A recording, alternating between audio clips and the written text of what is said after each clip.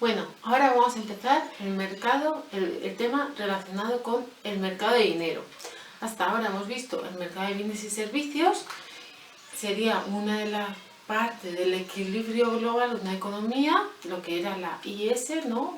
La identidad ahorro-inversión, y ahora vamos a ir a la parte vinculada con la LM, que dará como resultado la intersección de las dos el modelo ISLM.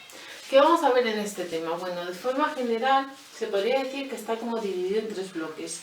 Uno primero donde vamos a tratar conceptos generales, como sería qué es el sistema financiero, otros conceptos entre medias que queremos que queden claros para no confundirnos con lo que significan fuera de las aulas, como es el término inversión o ahorro.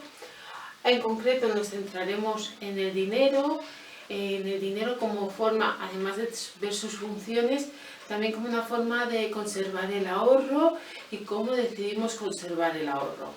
¿Y por qué va a ser interesante ver la decisión en la que conservamos el ahorro? Bueno, va a ser uno de los elementos del mercado de dinero, en concreto estará vinculado con la demanda. Así que tenemos ese primer bloque de conceptos en general y un segundo bloque en el que vamos a ver cómo se cuantifica la oferta de dinero. En concreto veremos que son dos agentes los encargados o responsables de esta oferta de dinero, oferta monetaria. En concreto será la banca privada, el sistema bancario por un lado, y por otro lado el propio Banco Central. En este contexto veremos lo que es el multiplicador bancario por un lado y el multiplicador monetario, que es el que realmente nos va a interesar, que es el global. Ese será uno de los bloques. El siguiente bloque sería la demanda de dinero. En concreto hablaremos de la liquidez, la demanda por liquidez, demanda de liquidez.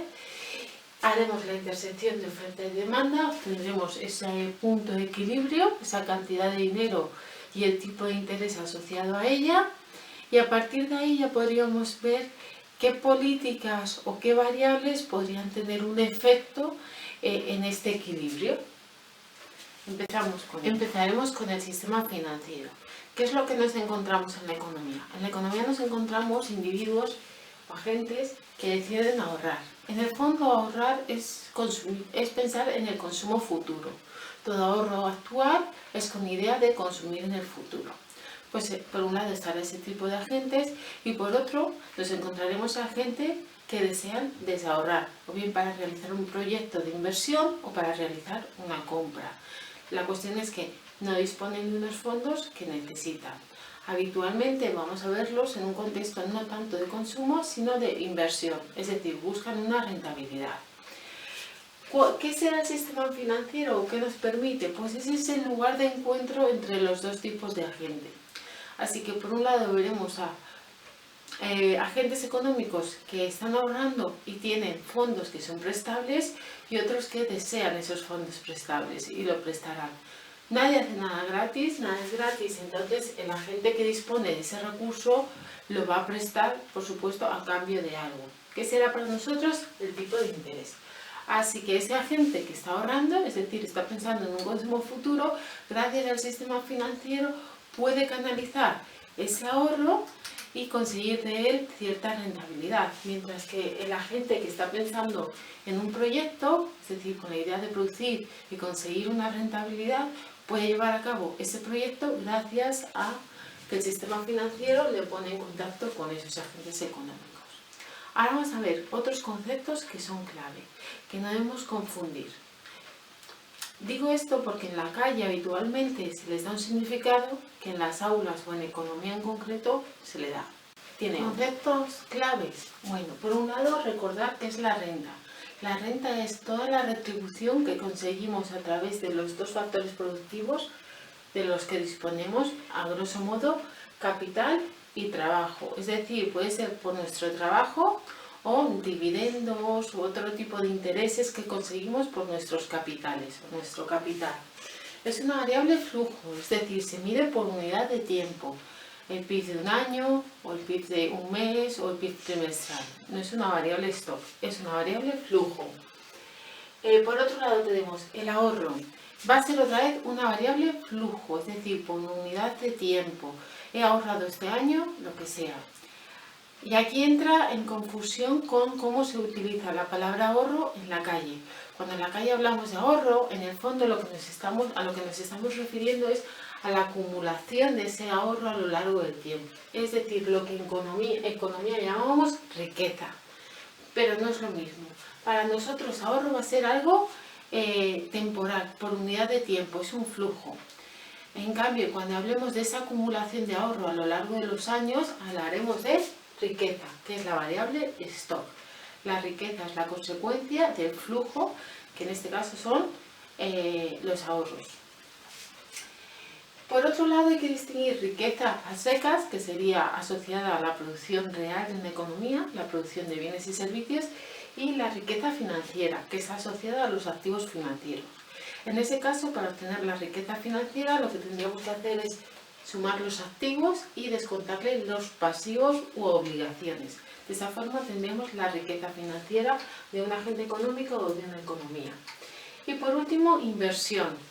Cuando hablamos de inversión en general, a secas, nos estaremos refiriendo a la compra de bienes de equipo o edificios o cualquier elemento que penséis para la producción por parte de la empresa. Mientras que la inversión financiera será toda inversión destinada a activos financieros. Pero si decimos inversión, en la calle cuando decimos inversión ya estamos pensando en comprar activos o acciones o algo por el estilo. Sin embargo, en economía, inversión es compra de bienes y de equipo. Para referirnos, por lo tanto, a lo que sería la inversión en ese tipo de activos financieros, hablaríamos de inversión financiera. Ahora pasamos a describir de forma muy general lo que es el dinero. Bueno, el dinero es un activo, es decir, te permite, te da un derecho a... Con el dinero lo que puedes conseguir es rápidamente la compra de bienes físicos o servicios. Diremos que el dinero es el activo más líquido. ¿Qué se entiende por liquidez? La capacidad de convertir ese activo en bienes físicos o servicios, podría ser el caso. Así que liquidez va a ser una de las características del dinero. Por otro lado, hablaremos de un dinero, aunque existen varias formas de ver el dinero, como previamente existía el trueque, eso también se podría contemplar como una forma de dinero, o lo que era el patrón oro, donde el valor de la moneda tenía un valor intrínseco, era el propio oro. En nuestro caso, en la actualidad, no disponemos de ese valor de la moneda intrínseco, sino que será un valor representativo, es el dinero fiduciario, es decir, es un cachito de papel que nos dice lo que vale ese cacho de papel. Se basa principalmente en la confianza de los agentes que lo usan en la entidad emisora de ese billete, ¿no? Es un dinero fiduciario. Veremos que la clave de ese dinero, sea de una o de otra forma, va a ser, por un lado, como habíamos dicho, su liquidez, su capacidad de convertirlo en un bien, y por otro lado, las tres características que debe reunir el elemento o el activo al que denominemos dinero. En concreto hablaremos de medio de pago, es decir, va a ser una forma comúnmente aceptada para realizar las transacciones. Por otro lado, el depósito de valor nos va a permitir acumular nuestra riqueza. Tenemos rentas, ya sean por el lado del trabajo o por el capital, no las queremos consumir, queremos conservarlas, lo podemos hacer gracias a la existencia del dinero, que no pierde en principio valor. Claro, en esta función, la moneda que usamos a día de hoy tiene dos posibles inconvenientes o pegas. Una de ellas sería un contexto de inflación. Claro, estamos acumulando riqueza en un periodo en que los precios son relativamente bajos frente a los precios que, por ejemplo, llegan, dado esa inflación. Eso significa que, como los precios a posteriori son más elevados, mi riqueza acumulada en forma de dinero me va a permitir comprar menos bienes que previamente. Por eso, uno de los inconvenientes de ese uso del dinero como acumulación de riqueza serían los contextos de superinflación. Otro problema que tiene el dinero como depósito de riqueza o de valor, que no genera intereses. Claro, eso lo que hace es que frente a otros activos que a lo mejor no son tan líquidos, pero sí son más rentables, esta forma de acumular riqueza a través del propio dinero acumulado no sea tan interesante. Así que bueno, tendríamos esas dos formas. No obstante, es un depósito de valor. Y por último, unidad de cuenta. Hace que todo se cuantifique o esté valorado o expresado en el dinero. Ten en cuenta que previamente, cuando existía el trueque, no existía unidad de cuenta. Era cambiar mis gallinas por tus cabras. Era muy difícil llegar a un acuerdo porque uno siempre pensaba que sus gallinas tenían mucho más valor que a lo mejor la cabra de su vecino. No existía esa unidad de cuenta, con cada transacción eran distintos los objetos que se cambiaban. En cambio ahora, gracias al dinero, que es comúnmente aceptado, es un medio de pago, es muy fácil cuantificar el valor de todos los objetos. Ahora vamos a definir lo que es un activo. Diremos que un activo es todo aquel bien o objeto que me permite traspasar a lo largo del tiempo la riqueza. Es decir, tengo riqueza actual y gracias a ese activo, o el activo me permite conservar esa riqueza hasta periodos más avanzados en el tiempo. En concreto hablaremos de dos activos, los activos reales o los activos financieros. Los activos reales estarán asociados a todo lo que es un bien inmueble o producción.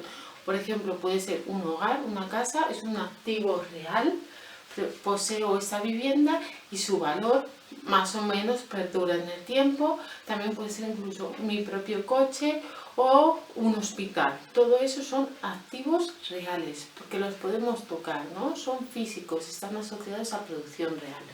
Por otro lado están los activos financieros. Esto en cambio es, en lugar de poseer algo físicamente, lo que poseemos es un derecho.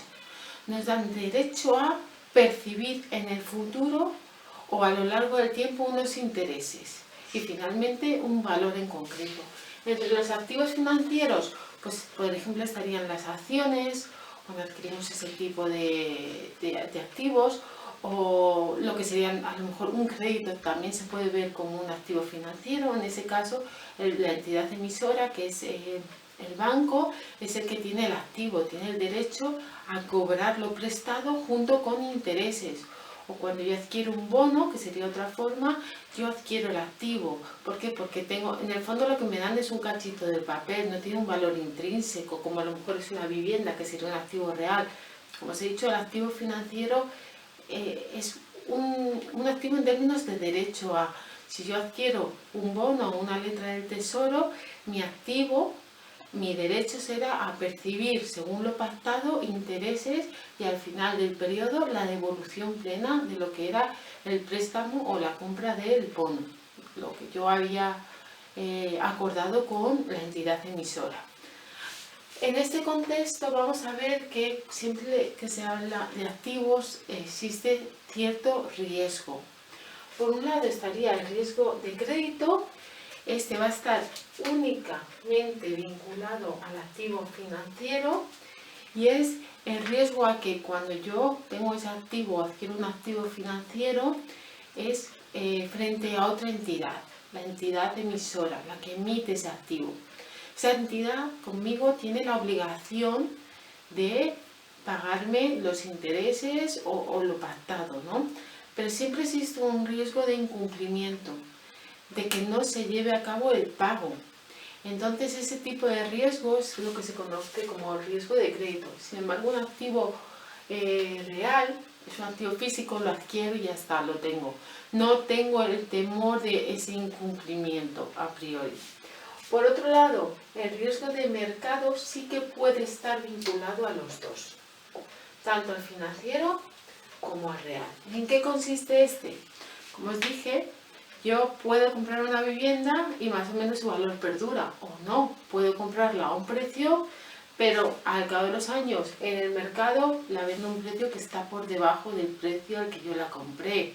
Me puede pasar con una vivienda o con una acción.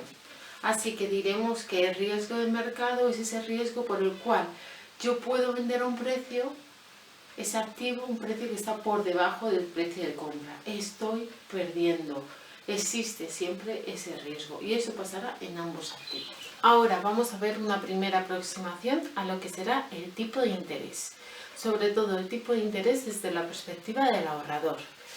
Como ya habíamos dicho, el dinero es una de las formas de mantener la riqueza. Puedo mantener todas mis ganancias en formato o en forma de dinero y perduran en el tiempo. Esto tenía dos inconvenientes. Por un lado, la existencia de inflación, que hacía que ese dinero tuviera menos capacidad de compra. Y por otro lado, el hecho de que el dinero no genera intereses. Y aquí es cuando incluimos los intereses. Como alternativa al dinero, que es el activo más líquido, tendríamos por ejemplo el bono. De hecho, nosotros solo hablaremos de ese activo financiero como alternativa al dinero.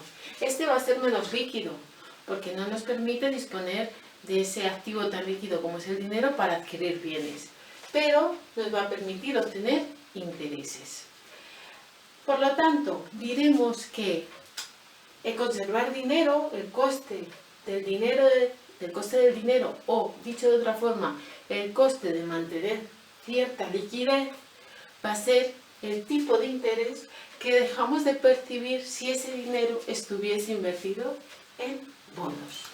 Por otro lado, diremos que el mercado de activos se encuentra en equilibrio cuando los dos únicos activos que tenemos en el mercado sus mercados se encuentran en equilibrio. En concreto diremos que siempre que la demanda de los activos sea igual a la oferta de los activos. Ya dijimos, dos activos. Por un lado, el dinero. Aquí, con la notación M, money. Por otro lado, los bonos. Esta D de aquí arriba indica que es demanda. Así que la demanda real de dinero más la demanda real de bonos debería igualarse con S de oferta, supply. La oferta real de dinero más la oferta real de bonos. Decimos que es real porque está dividida entre precios. No obstante, nosotros nos vamos a mover en un contexto de corto plazo donde los precios no cambian. En ese caso va a coincidir la nominal y la real, puesto que los precios son los mismos, son fijos. Pero bueno, de forma global hablaríamos de eso, cuando la demanda de activos financieros y la oferta de activos financieros coincide. Recordad que al ser dos activos financieros únicos en el mercado, el ahorrador tiene que decidir dónde poner sus ahorros. Si mantenerlos líquidos sería la demanda de liquidez o el dinero, o por el contrario, invertir en bonos, la demanda de bonos, ¿vale? Aquí estamos usando la MD para referirnos a la demanda de dinero. Más adelante, cuando hablemos propiamente dicho de la demanda de dinero de forma individualizada, este término lo vamos a llamar realmente L. No obstante, la oferta sí que la vamos a usar esa M de dinero, ¿vale? Pero cuando hablemos de demanda usaremos la L. ¿Qué es lo que observamos? Bueno, podríamos reorganizar estos términos y poner los activos, el activo dinero por un lado y el activo bono por otro, de tal forma que esta oferta de dinero pasaría al otro lado restando, que es justo lo que tenemos, y esta demanda de bonos pasaría al otro lado restando, que es justo lo que tenemos aquí. Diremos que estamos en un equilibrio, así que esto es equilibrio,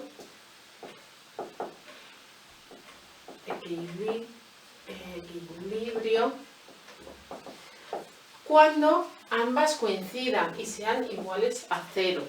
Claro, si esto pasa es porque en ambos mercados la oferta y la demanda coinciden. Puede darse el caso de que no sea así, de que no sean igual a cero. Lo que está claro es que este valor siempre va a ser igual a este, eso es seguro. Otra cosa es que sean a su vez igual a cero, en ese caso sería un equilibrio. Pero podría darse el caso de que este valor sea un valor positivo y por lo tanto, como es una identidad, esto también sería un valor positivo. Un valor positivo aquí veríamos que la cantidad de dinero demandada es superior a la de la oferta. Hablaríamos un exceso de demanda de dinero. Mientras que por el otro lado tendríamos que la oferta de bonos es superior a la demanda de bonos, por lo tanto hablaríamos un exceso de oferta.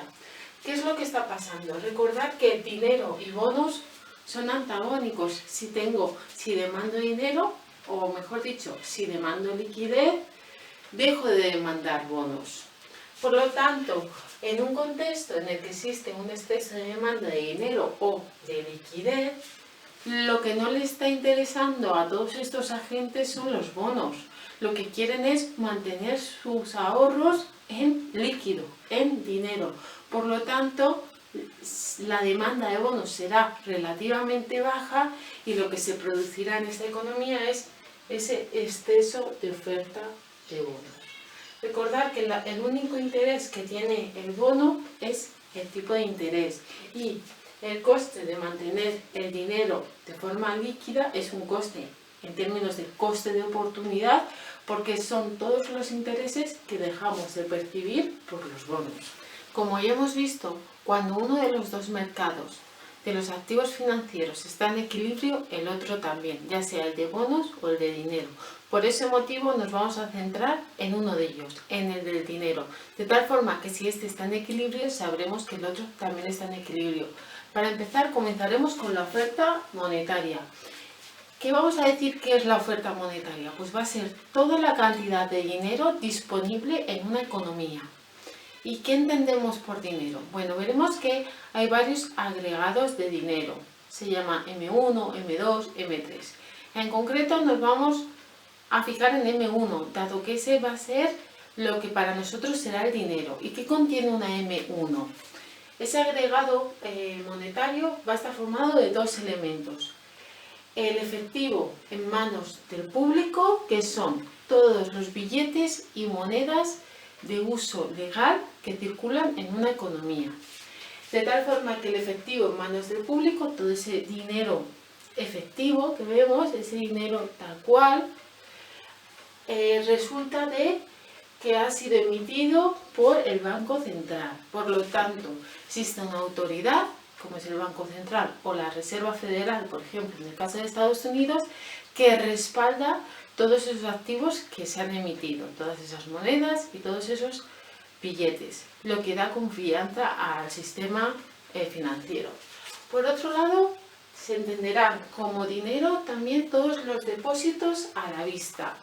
¿Qué es esto? Pues es todo el dinero que nosotros tenemos en una cuenta corriente a la cual podemos recurrir en cualquier momento. Es a la vista, o sea, no tenemos que esperar a que pase un plazo o esperar a que nuestro banco o agente financiero lo venda para poder recuperar la liquidez. Son activos menos líquidos que los anteriores. ¿Quiénes son los que gestionan todos estos depósitos a la vista? ¿Quiénes son responsables de ellos? Es la banca privada, ¿no? El sistema bancario de una economía. A priori, el Banco Central no responde por estos activos. Sí que es verdad que en la actualidad parte de esos activos están protegidos por lo que sería el gobierno, así que respondería por parte de ellos. Pero a priori, en el fondo, es un contrato que hacemos con el banco. Nosotros dejamos nuestro dinero allí, de hecho, dejamos activos que son físicos emitidos por el Banco Central, eso es efectivo en manos del público, a cambio de un derecho a priori de poder recuperarlos cuando queramos. Pero cierto es que el banco puede declararse en quiebra y no devolvernos esos activos, ¿vale? Este sería otro de lo que se entienden como dinero, esos depósitos a la vista. Por lo tanto, ¿cómo vamos a poner esta oferta monetaria? Se vendrá reflejada por esta MS, M de dinero, S de oferta, money supply, y como os he dicho tendrá esos dos elementos. Esta CU se corresponde con el efectivo en manos del público, billetes y monedas que ha emitido el Banco Central y que además las tenemos nosotros en nuestros bolsillos, no las hemos depositado en ningún banco, más los depósitos, que es todo lo que constituyen los depósitos que aparecen en la banca privada, ¿vale? Y eso es lo que constituiría nuestra oferta monetaria. Esa sería en términos nominales, pero habitualmente se la ve en términos reales, es decir, dividido P. Como decíamos, nosotros nos vamos a mover en un caso de una economía a corto plazo en que los precios no cambian. Entonces nos daría igual una u otra. Nos la podemos encontrar así o así, como los precios van a ser fijos, no va a tener mayor problema. Antes de dibujar la oferta monetaria es interesante enfatizar lo siguiente. Como habíamos dicho, la oferta monetaria depende del efectivo en manos del público y de los depósitos. Por un lado vamos a ver que la banca va a generar lo que se conoce como ese dinero bancario. No es a priori los billetes y monedas del Banco Central. Vamos a ver que es un activo distinto y se le conoce como como dinero bancario. Y van a tener además un efecto multiplicador. La banca va a ser una gran generadora de dinero, en la medida que va a generar mucho depósito. En ese sentido, por otro lado, veremos que un factor interesante o importante en la generación de dinero va a ser la decisión que toman los individuos a la hora de elegir cuánto efectivo conservar. Y veremos más adelante que cuanto menor sea el efectivo que decidimos conservar y por lo tanto mayores son los depósitos que vamos a tener en nuestro banco, el resultado final va a ser una mayor oferta monetaria.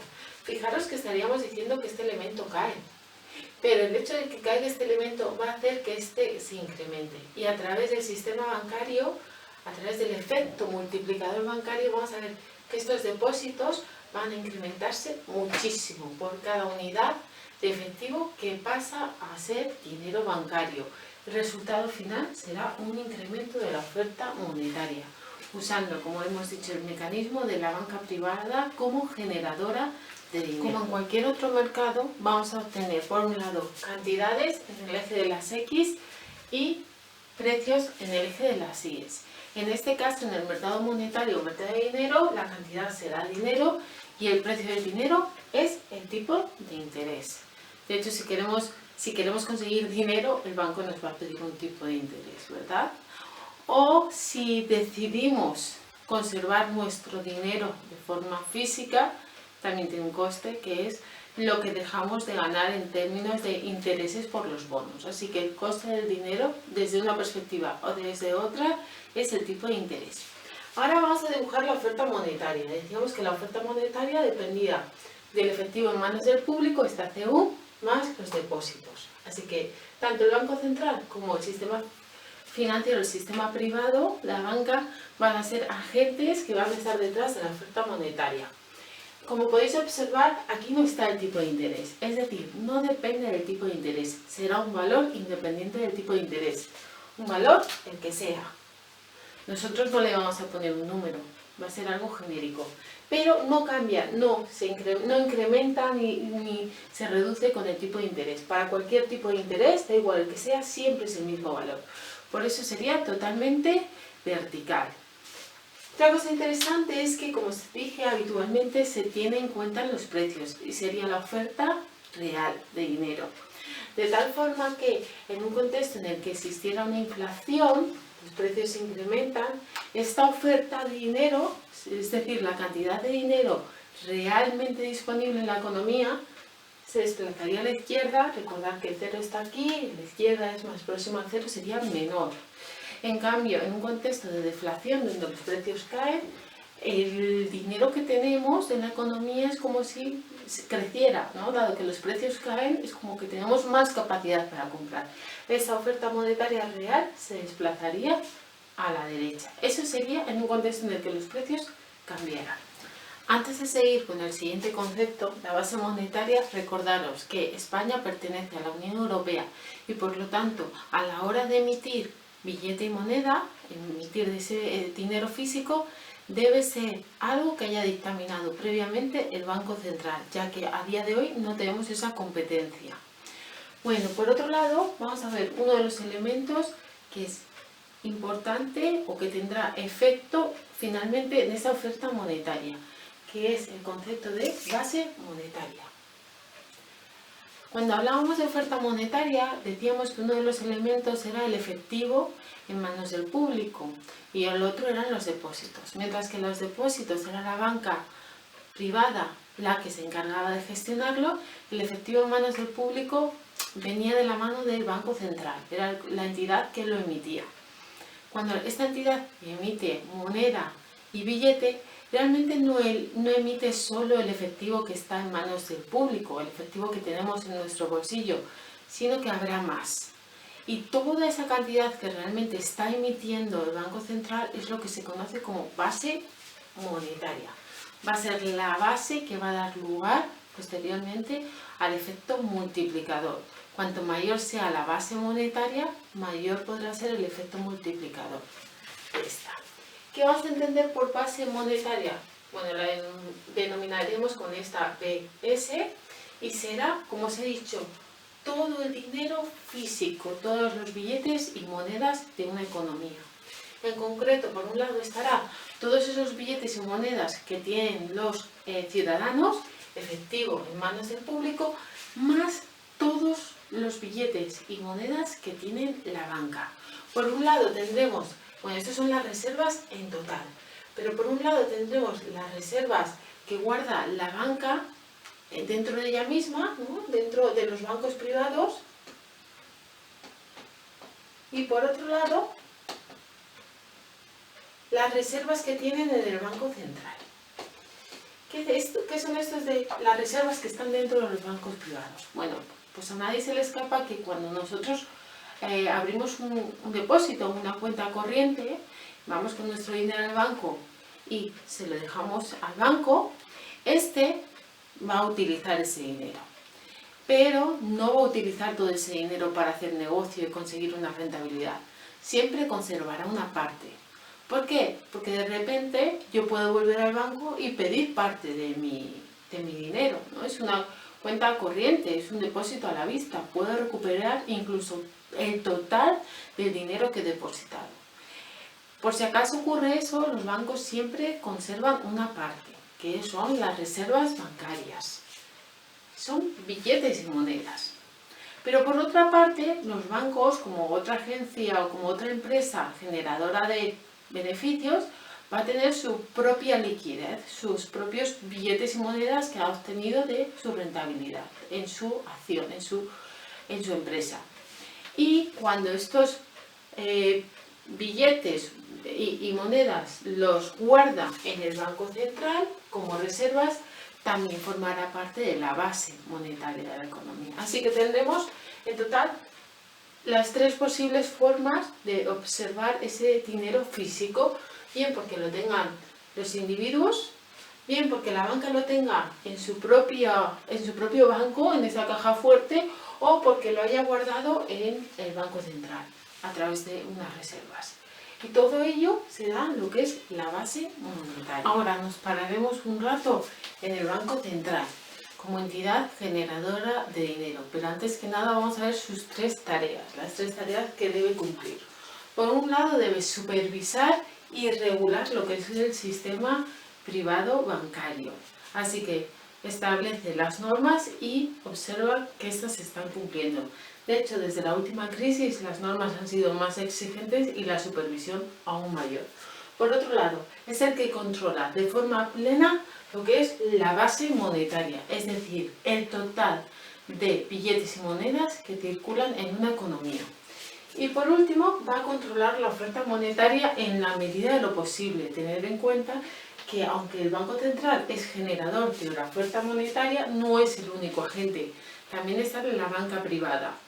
¿Cómo va a controlar esa oferta monetaria? A través de la política monetaria, y en concreto en ocasiones tendrá unos incentivos en llevar a cabo una política monetaria más expansiva o más contractiva dependiendo de la situación o el contexto actual de una economía, y si queremos hacer que esta economía se vea estimulada o todo lo contrario. Vemos que la economía está sobrecalentada y queremos que pare antes de que se genere una burbuja. Ahora vamos a ver los tres instrumentos de los que dispone el Banco Central para controlar la oferta monetaria. El primero son las operaciones del mercado abierto. Este es el más importante, con el que es capaz de inyectar o retirar de forma rápida liquidez del mercado, es decir, oferta, dinero monetario. ¿Cómo se hace eso? Pues va a ser a través de la compra y venta de bonos. En concreto veremos que cuando el Banco Central compra bonos, es decir, adquiere ese derecho, es a cambio de dinero, por lo tanto está inyectando liquidez. ¿Cómo? Emite dinero, billetes y monedas que introducen la economía. De forma contraria, ¿qué es lo que puede hacer? La venta de bonos. Cuando vende un bono es a cambio de dinero. De esta forma está retirando dinero del mercado. ¿Qué es lo que estamos observando en la actualidad? Bueno, sabéis que en estos momentos muchos países se enfrentan a grandes déficits o lo van a hacer así debido a las consecuencias actuales. En concreto, cada uno de ellos va a emitir sus bonos o letras del tesoro.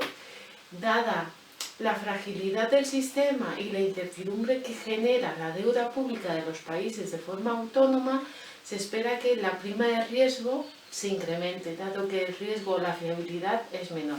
Recordad que activos con alto riesgo llevan asociadas alta rentabilidad, de lo contrario nadie adquiriría esos activos. Lo que se está planteando ahora mismo en la Unión Europea a través del Banco Central es la emisión de bonos desde la propia entidad del Banco Central, lo que les da más fuerza, más solidez y hace que la prima de riesgo de estos bonos sea menor. Serían los coronabonos, seguro que los habéis oído. Así que esa es una de las formas. Otra es a través de la fijación del tipo de cambio de descuento, el tipo de interés, perdón, de descuento o el interbancario, lo que comúnmente conocemos como el Euribor, que es el tipo de interés que existe entre los bancos. Recordad que el Euribor en concreto lo más probable es que desaparezca porque tiene bastante riesgo asociado y en su lugar dentro de la Unión Europea aparecerá el que se denomina como STER. ¿Cómo es el mecanismo para alterar esta oferta monetaria? Si se fija un tipo de interés de descuento relativamente alto, eso hace que sea más difícil que los bancos se presten dinero entre ellos, dado que es más costoso, y va a reducir de esa forma la oferta monetaria o el multiplicador que está asociado a ese banco privado. Cuanto más bajo sea el tipo de interés de descuento, habrá más liquidez, más movimiento de dinero. Ese movimiento de dinero es más oferta monetaria, de fondo. Y por último, la fijación del coeficiente de caja, que lo denominamos con este teta. ¿Qué es el coeficiente de caja?